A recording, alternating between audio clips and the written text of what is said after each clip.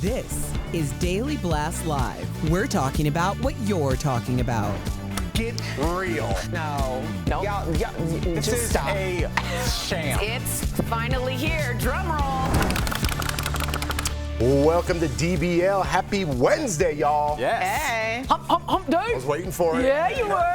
Good. You bit the apple. I sure did. You grabbed it. If I there's like any food in front of me, I'm going to take it. So you know. Even fruit. Even fruit. I'll take Low-hanging it. fruit. All right, thanks for that, Tori. Welcome to DBL. We've been talking a lot about celebrity memoirs, Erica, from Jada and Brittany and all the headlines from their books. But that brings up the question, do you give someone a heads up if you're writing about them in your own memoir? As we mentioned, John Stamos called his ex-wife Rebecca Romaine the devil in his memoir. Sounds like, wow. What's that? You're the devil, mama. From the Waterboy. There you go. Al grabbed that fruit too. And hinted there had been a betrayal in their relationship. Now Rebecca's current husband, Jerry O'Connell, told Access Hollywood they didn't give a heads up about the memoir, or they didn't get a heads up about the memoir at all. Let's watch. Do you know ahead of time if you're going to be in a book? We don't get any warning. We find out just like everybody else. Yeah. Was it a shocker? You know, it's not really my place to say, Kit. I would rather my wife talk about that. My wife and I are getting along so well today. All right, Erica. That's the appropriate response from Jerry O'Connell. Like, if Rebecca Romaine didn't get a heads up, then that's already one person that she's like, why didn't you at least tell me? Now, her current husband has even more responsibility not to speak for her when this is her opportunity to decide if she's going to address this or not. Right. So he was 1,000,000% in the right to say, I don't think it's my place to say. I agree. Now, should people be given a heads up? I think it depends on what was public domain to begin with and what wasn't. Like, sometimes people are responding to something that their narrative was never heard in the moment, but everyone else was talking about it in the press. So in that situation, I don't know if it's necessary, but if it's something that's going to turn someone's life completely upside down, it probably would be nice to be like, hey, I'm bringing you up. I would call my ex-wife and let her know there's a book coming out. You would? Yeah. I wonder, you know, Erica, of course, like the media savvy person that you are, I agree after you spoke that her husband should have held off. But I wonder if I would have had the maturity to. You know, I think that you're right, but I think I'm dumb. And I would have said something. Because I wouldn't be I feel like the whole goal of life, weirdly, every day is for nothing to happen that day. To just have a regular day where you don't get a call from the ambulance saying you need to get down here. You don't get a call from the doctor. You just want to have a normal life. And when somebody decides to write a book, it's going to throw your life into chaos, and you might not be able to get it back. It might set into a chain of reaction, things that are negative for your family. So at least give them a call. And I wish I was as mature as Erica, Tori. I think I would have said something. Well, I would have called Erica before I went on to find out what to say. First off, What should I say? Yeah, exactly. And second of all, Don't wear these shoes. Clearly, I would have called. And my shoes are fine. And Not second, you. okay, fine. Second off, of course she's gonna be in the memoir. She was married to the guy. She was with him for 10 years. You think Romaine's not gonna be brought up in some way to add to the drama? She's a public figure. She didn't have to go in to be a celebrity. No gun was put to her head. She put herself in the public realm. That comes with consequences. That means being written about, and it means having very little defamation jurisdiction, basically, because you're more of a public figure. It's absolutely ridiculous to think if you're both a public figure, if one's writing a book, that you wouldn't be discussed about. And if you were told, you would get out ahead of it and change their book sales. So of course you're not going to tell the person. If you're both public figures, this is all fair game to me, all of it. So if I wrote a book in 5 years and it kind of disparaged you in some sort of way about my experiences on the show and stuff, you wouldn't feel some type of way if I didn't give you a heads up I about would it? feel many things. I would have consequences of that action. So you would take responsibility? But I wouldn't at all say that you were in the wrong to do so. That's your narrative. That's your right. We're both on TV. I chose this seat. And that means there are problems that are going to occur because of it. and I put up with that because of it. I don't think there's different rules for people on television. I think it's just common courtesy. No, but like literally defamation. You can't sue for defamation if you are a public figure because you've chosen to have the public follow you. I get what you're saying. I totally get what you're saying. I'm not like pushing back.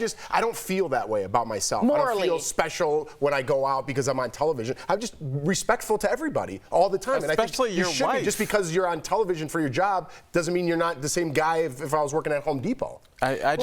Please. Yeah. No, I think that when you are a public person, you are assuming a certain amount of risk. It's a very, like, this game is a very high risk, high yield, but it can also be very high risk and high I'd question the failures. yield, by the way. Well, I'm saying we're playing. It's a gamble. It's a gamble like some other jobs aren't. Right, and you put yourself there. Exactly. So I mean, if you think about it, like right now, I don't know if any of us would necessarily be in a realm where someone is going to write a book and be like, this is the story of Tori Schulman, or whatever. What a boring book. Or this is how Not this yet. person. Right. Maybe. But I'm saying at this point, if it got to that point, then it's kind of like when people say, like, oh, if you're gonna cry about it, like cry into your big bag of money, there is something there that you're getting in exchange for you removing the privacy aspect from your life, which means that it exposes you to potentially being in someone's memoir. And you are aware of that when you go into it. Exactly. Like, no one can act like you're shocked by it. Right.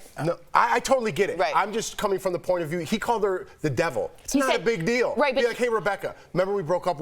I was super mad at you. I wrote this memoir. I called you the devil. Just want to give you a heads up. But what happens then? She calls her publicist. They create a story. They get ahead of it. And the whole point of John Stamos with that big statement is for him to get book sales. So what you're doing is kind of eating your own self. No, I get it. But if they had that conversation, Jared Connell goes on there and he goes, you know what? John called. We were both on speakerphone. He said she was the devil. We were like, John. And then it's over. Right. Now it's kind of like, well, I don't want to say anything. Now your children are involved. No one has a heads up. I don't know. It just be respectful. That's all. But I totally get your guys' There's no money in respect. That's exactly right. Well, Jerry O'Connell did the respectful thing because he was never in it. It wasn't about him. That's right, Jerry. He's standing by her. Get it? I tried to do something there. Oh, stand by me. Yeah, I tried. Okay. I didn't workshop it. All right, Meg Ryan is revealing why she took an 8-year break from Hollywood. We all remember Meg, the rom-com queen, with movies like When Harry Met Sally and her 2 big hits with Tom Hanks, Sleepless in Seattle and You've Got Mail. I thought Tori was going to jump in with some sort of... You've got mail. That wasn't what I was thinking you were going to do, but the other one was maybe inappropriate. Oh, gotcha. But I know, the cat's deli She scene. told People magazine she was tired of the fame. There you go, Erica. She's tired of fame. She said she took a giant break because there were so many other part of her experiences as a human being she wanted to develop. I don't like that quote, but I don't know about that. I don't either, Al. Can I say what I think? Please. I feel like I'm going to be killed by this, but I have to say it if I'm truthful and transparent. Remember when Jennifer Grey went and got her nose fixed, and after that she couldn't get work because she wasn't Jennifer Grey? I feel like Meg Ryan, to keep up with the Joneses, as the young rom-com queen she was, got a ton of fillers and a ton of work, and it was not great work because it was early on. And I think she wasn't cast because of that. And I'm going to be super duper honest with you. People were like, I can't recognize her at this point. And I think that took down her clout. And that's not very nice of me to say, but I'm being super honest about what I feel. I appreciate that. Look, this is an aesthetics business. That's right. Especially when you are booked off of like your face drives ticket sales. That's right. And when you change your face, you may change those ticket sales. So you being honest about that, for as unpleasant as it may be, is absolutely true. Right. Now, if she really did, there are people. We've seen people in sports at the height of their career step away and they become like longshoremen and things. Like some people really do kind of have a real like change in their lifestyle. Yeah. But at your height, it's very rare. Well, yeah, but so I appreciate your hypothesis. I'm very sorry if it was me. No, but but we don't know which came first, the filler or the feelings. Like maybe she felt. That's a new chicken in the egg. I like it. It's so good. Right, like maybe she felt like, hey, I have climbed this mountain. It isn't all that it's cracked up to be. I've made my bag. I can afford to go and live a life where I don't have to constantly worry about one thing or another or being in the public eye. I could see that. If I made a bag tomorrow, y'all would not hear from me, okay? Erica. Very clearly. But then you wouldn't come back and be on the cover of People. But Right. but this is almost like where are they now when I'm not the number one thing that's being talked about? I don't know if it was necessarily her aesthetics that forced her out of Hollywood. I think a lot of people end up in those situations. Look at when Demi Moore and Bruce Willis decided to live on a mountain somewhere. But they stayed in the public eye. I'm talking like, let's talk Daniel Day-Lewis.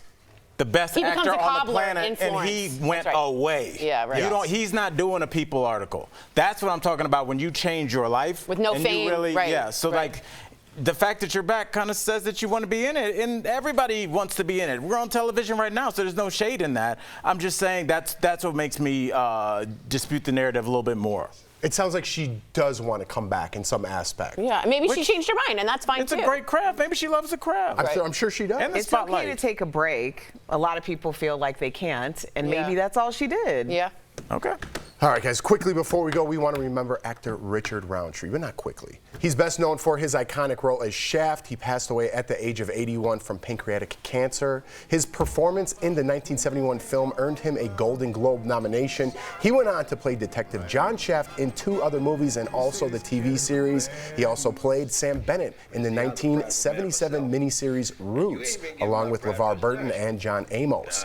He played Gabrielle Union's father in Being Mary Jane. In a tribute post on social media, she called him the coolest man in the room with the best vibes. Al, I'm going to use that quote when we go. All right. I don't want to say you. I don't want to say you. I was like, you know something? No, I don't want to. And Samuel Jackson, who played Shaft in the remake movie, called Richard an idol. Wow. Those are great things, man. When you got to go with a resume like that, but you want people to say things like that. Yes. And really just got the world used to seeing a black leading you. male Yeah. Thank you. on TV that wasn't buffoonery. He was cool. Everybody wanted to be him, and it really helped kind of show Hollywood that, hey, you put a black man's name on the marquee, a black person's name, and tickets still go.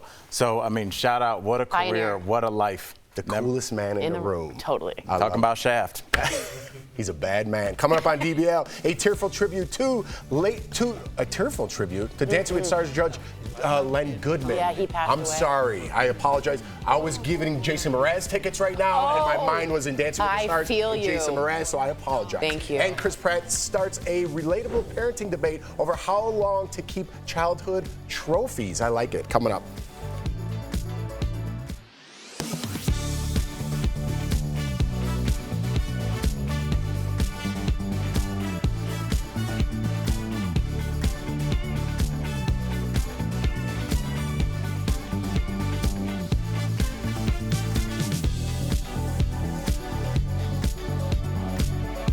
The 2 pieces in the front. Yeah. So, what were we talking about? I was putting down Meg Ryan and said she Jennifer Greyed herself, and I feel terrible, but I want it to be real. I don't think that you're putting her down. I think that, Well, I'm again, telling her her we work. kind of talked about this earlier. When you comment on the society that we live in and the unpleasant aspects of it and some of the results that come from that, that doesn't make you a bad person. It makes you calling out what is going on. Right. There's a reason that we lead shows like this. Magazines' headlines are like, who wore it best? Right. Is this A-list actress losing it? So-and-so claps back against the haters about having wrinkles. The reason that all these stories come from the same birth is because it is a conversation that is constantly going on in our society. right. If it wasn't, these magazines and publications and television shows wouldn't lead with But it. isn't that the issue, though, that it's a conversation that's constantly coming out in our society, but never from the person that's owning their own narrative? When it is someone owning their own narrative and telling their story, like Meg Ryan's doing in this op-ed, We don't believe her. editorial, it has to be something else. Right, we don't believe her. Right. So, I mean, it's like you're damned if you do Right. and come out and speak your truth, as we've talked about for the past couple of weeks with memoirs. And you're damned if you don't, because then you're relinquishing the ability to define your own narrative. So, Well, that's a less juicy headline for you to. An article that says Erica Cobb is owning her own narrative. Turn to Well, page no. 6. Or is Erica Cobb the Right. hottest But woman on the planet? I think it's not Which about one draws it's eyeballs? not about the juice. It's about the ability to do it. And I think we're living in a time where people are reclaiming their autonomy. I think so.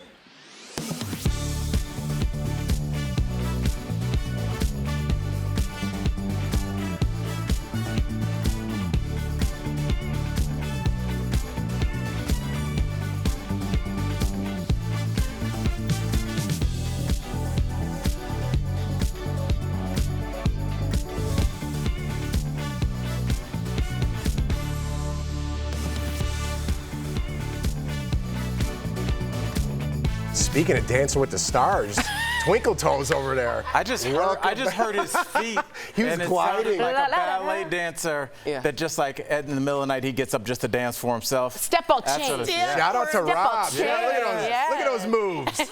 There you go, buddy. There you go. I love it. All right, welcome back. Let's get it together. It was an emotional night on Dancing with the Stars last night. The theme was your most memorable year, and no surprise, Vanderpump Rules star Ariana Madix said this year was her most memorable because of Scandival, of course, and the affair on the show. Charity Lawson said her most memorable year was 2022 because that's when she was on The Bachelor, of course. But Oscar winner Mira Sorvino was eliminated after her contemporary dance failed to bring in the votes. Too bad Rob wasn't there to help her out. The show also paid tribute to former judge Len Goodman, who passed away from bone cancer, if you remember, last spring. One dancer missing from the tribute was Cheryl Burke, who spent 26 seasons on the show, but said she was invited to participate. She was not. I'm sorry, right. but she still gave her own tearful tribute to Len on Instagram and said he made a huge impact on her life. You're making a face, Tori, maybe like that wasn't the best move, or? No, I think she had her own, but it's, something went on with Cheryl Burke and the Dancing with That she the wasn't Stars. invited back. Yeah, there's something that we don't know. That's fine. They can keep it to themselves if they want, but something happened. 26 years, she was close with Len. Not to have her back seems like the elephant in the room a bit. Absolutely. I just want to also say about Len, it's so hard to hear that he had bone cancer. For someone that uses his body to move, that's the most painful. Again, I'm not comparing cancers. Bone cancer is every move you make hurts. And it's just, cancer sucks. And I'm so sorry he had to deal with that as someone who loved the movement of his own body. That sucks. I think with the Cheryl Burke, it really was a misstep not to invite I agree. her. I was going to ask you how you felt about that. I don't care what went down. The audience doesn't really care. Because they don't what even went know, down. you know? Exactly. Yeah. So it's almost like you might be, the decision not to invite her might have been the right decision in terms of like who was right and who was wrong. But you have to remember that the audience is the most important spectator here, and therefore it was a distraction. It was. To the memorial. We now want more information. Right, by not just inviting her, especially since she clearly has been on a path of sobriety. And even if she ruffled feathers or had some animosity on that set, I think you give her an opportunity to be there, and then you're not distracted by it as well. I totally agree. And I will say this in terms of, we're assuming, that obviously we have no information, if she did do something while she was drinking that burned bridges, it's something that people that did drink and did get sober also have to understand is this is not a movie, bro. And when you say, I want your apology, it might not come, and it might never come. And you have to be okay with that and own some of the things that you did. So ideally, it'd be nice if people could forget and forgive and look at it as a disease. But in the adult world, in the real world, you need to understand that some people will not. And I think that's what we're just looking at right now. And it's sad because I would agree with Erica. She should have been there. And that's life. And that was very nice motherly advice, by the way. Something my mom would say. And I'd be like, I'm not bringing her. Coming up on DBL, Chris Pratt jokes about the dilemma of how long to keep your kids' trophies. This is a great conversation. It really is. Or Tori's gymnastics trophy. We'll be right back. They're sparkling.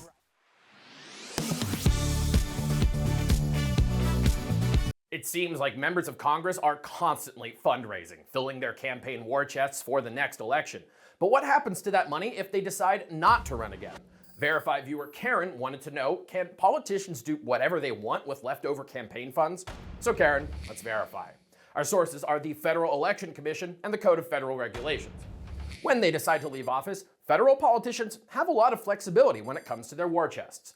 First, they're allowed to spend the money on winding down expenses, basically paying bills and whatever else is required to close up their offices.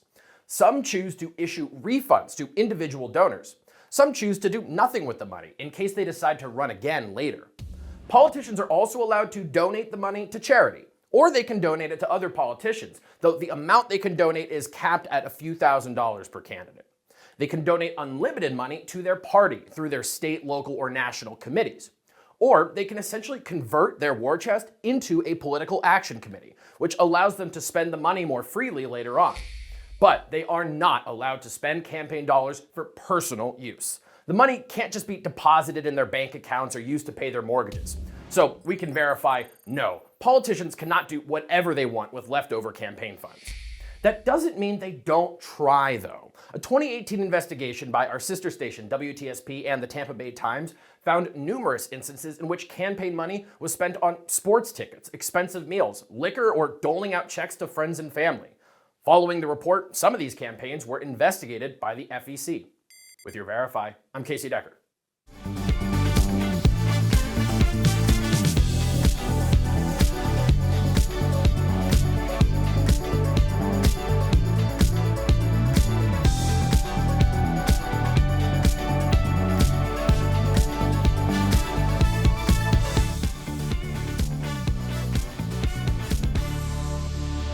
Welcome back. Chris Pratt is struggling to figure out what to do with all those childhood trophies cluttering up our parents' basements. I think we could all relate. In a post on Instagram, he and his wife, Catherine, went through some of her old trophies stored in her mother, Maria Shriver's garage. He said while he was proud of his wife for being a fourth-grade problem-solving superstar, he asked what we should be doing with all these trophies, accolades. Can they be donated? Should we toss them? Or should we just leave them in our parents' basement? Mom and Dad, that's what I do with mine. Yeah, I'll tell you this story like really set off something in my house today because obviously Karen is giving the rundown. I have it on speakerphone. Karen, our wonderful producer, and my current girlfriend, she's a third-degree black belt in Taekwondo, so she has a ton of trophies, and she said her mom just threw them all away. Wow. And when Karen pitched this story to she had a visceral reaction. Whoa. I've never won anything, and her mom's a sweetheart. But her mom's like, hey, these got to go. You're not coming back home. So it's a tough thing, but somebody's got to do it. Tori, what'd you do with all your gymnastics trophies? They're in my gymnastics room at home. Yeah, gymnastics. Yeah, can your dad send a picture? Or Katie? Yeah, for sure. Katie can send a picture of the gymnastics room. Have him do it now. Okay. We'll let Jeff or Erica talk. What about you, Jeff? You were very into the story. Yeah, I am, because, I played a lot of sports growing up, and my parents, I kept the good ones. What's up? I just went boop, Tori's just fake pretending phone. to text. Go ahead. That's it. My parents have them in their basement. How many trophies do you think you have? I only kept the really good ones. But you know what I mean? like MVP, we talking about half college dozen, 50? accolades. How many? No, maybe like 5. Oh, keep those. Yeah, those are fine. Erica, what about you? Football helmets. Well, Anthony has a ton from wrestling. Oh, because he wrestled through college. I had just a few really big ones from my pageant days. And when my parents sold their house, we went into the basement. They're like, whatever you want, each one of you have a box. And my box was basically a garbage can of trophies. Now, when I did fitness competitions, I gave all of my trophies to my trainer because I really didn't have the room to store trophies. Nice problem. Well, no, I didn't have the room. I didn't have a place big enough. I had plenty of room because I never got any trophies. Why not? Yeah, why I don't did you know. not win anything? I wasn't that athletic. I'm sorry. What did you get? A science award? Some kind of pre-med award? Not really. They don't make those. The What did you funniest. say about the BAFTAs? I hosted a kid show. We got a BAFTA, but I didn't get a chance to keep it. Dude. Well, that's out you there won a somewhere, and that's BAFTA. a big one. Oh, okay. Yeah. You know what I've won? Oh, I won an Oscar. Oh, okay. Yeah. I won the hearts We don't have of people. time. We'll be right The back. hearts of people. The hearts of people.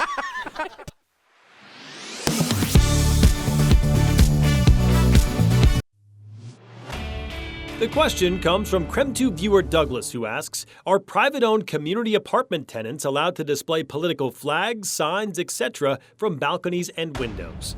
To verify this question, we turn to Jeremiah Chin, an associate professor of law at Seattle University and Washington State Law. RCW 643834 states, the governing documents may not prohibit the outdoor display of political yard signs by an owner or resident on the owner's or resident's property before any primary or general election. However, it continues, the governing documents may include reasonable rules and regulations regarding the placement and manner of display of political yard signs. Professor Chin adds some clarity. Generally speaking, if I'm renting an apartment, what does the law state about whether I can display a political sign, let's say, on my balcony? So displaying a sign for, personal, especially political reasons is usually covered by a couple of things. It could either run into a leasing agreement with your tenant or landlord, or a municipal ordinance, like your city has rules and regulations about signs. Professor Chin says a tenant's ability to display signs depends on a few factors. If your landlord is a private party, and if such signs are specifically allowed or prohibited in your lease agreement. If signs are not mentioned, Chin says you probably are okay to display them within reason. If your rental agreement doesn't say otherwise, there would be no real problem with it, unless you're trying to put together like a 10-foot tall neon billboard on your balcony window, and then you're more worried about things like nuisance or something like that. If your landlord is the government, Chin says, the First Amendment comes into play, placing fewer restrictions on tenants. It would probably give you more protections to live in government subsidized housing, because now if the government is your landlord, they have to follow the First Amendment more clearly than a private party like, just a regular person renting to you. So we can verify if your landlord is a private party and your lease agreement does not specifically prohibit the display of political signs, you are generally okay to display them within reason. If your landlord is the government, you have more protections to display your sign.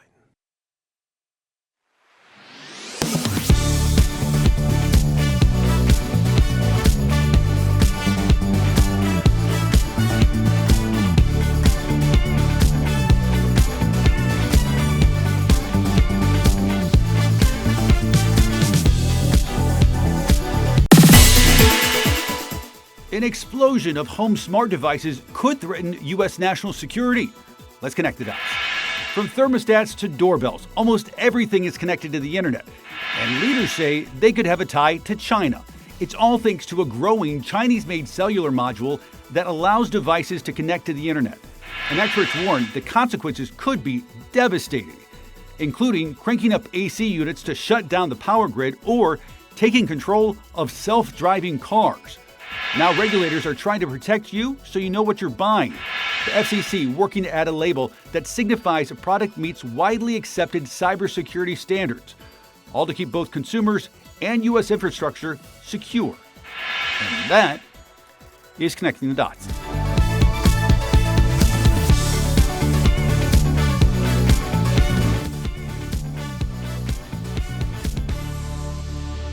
Welcome back. A good remodel is all about style and function, and if you're starting your own bathroom remodel soon, here are some of the most popular styles of the year. We're talking about it in today's tips, sponsored by Jacuzzi. First, natural wood vanities, well, they're back in fashion. Next, ceramic or porcelain tile in the shower will give a more modern look with a lower cost and less maintenance. And also, Al, considered recessed lighting options. They give the most space, and you can even get a little creative with it. Al took it a step further with that sound. If you want to start your remodel, Jacuzzi can help you do it the right way. Jacuzzi offers an unmatched, stress-free remodeling process. Visit jacuzzibathremodel.com or call 800-990-6834. Al, when you saw that lighting, you were like, I just love it. You change the whole vibe of your house when you change the lighting. It's so I love it. We'll see you guys tomorrow, same time, same place.